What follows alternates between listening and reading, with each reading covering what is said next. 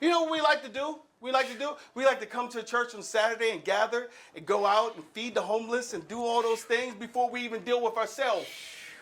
We like to do that kind of work and not the work that's inside of me.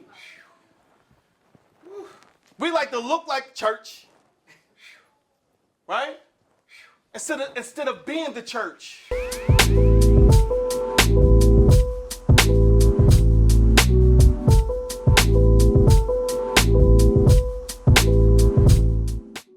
But whoso looketh to the perfect law of liberty. Don't you want some freedom? Listen, the freedom that God is talking about here, right, is the freedom from sin. It's the freedom from sin.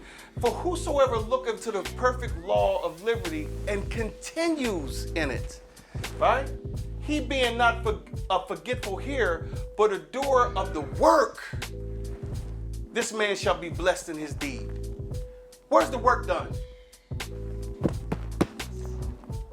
Right? Where's the tilling of the ground done? In me. You know what we like to do? We like to come to church on Saturday and gather and go out and feed the homeless and do all those things before we even deal with ourselves. We like to do that kind of work and not the work that's inside of me. We like to look like church, right? Instead of being the church. Instead of being the church. But whoso looketh to the perfect law of freedom, the perfect law of freedom, and continues therein. Listen, what this is synonymous with is for he who is dead is freed from sin, right? Listen, you read that from a natural place, of course I can't sin anymore, I've died. But what it's talking about, when you choose to die from who you are and pick up on who he is, now you're free from sin. This is what grace does. This is the grace that every Christian has. And without realizing it, right, this is where the deception of yourself comes in, right? I have grace, right? I have grace. But he's saying there's an engrafted word that you have to respond to. There's this God that you have to respond to. And so because there's this God you have to respond to, don't deceive yourselves by just saying I'm Christian. You see what I'm saying?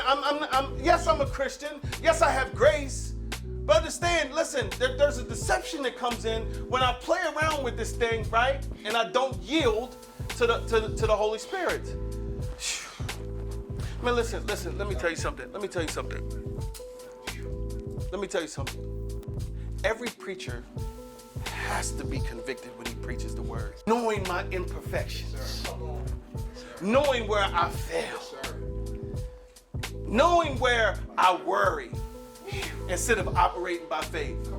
Knowing what drives me crazy and it burdens me and I want God to lift it and change it and he won't. And so I respond to it the wrong way.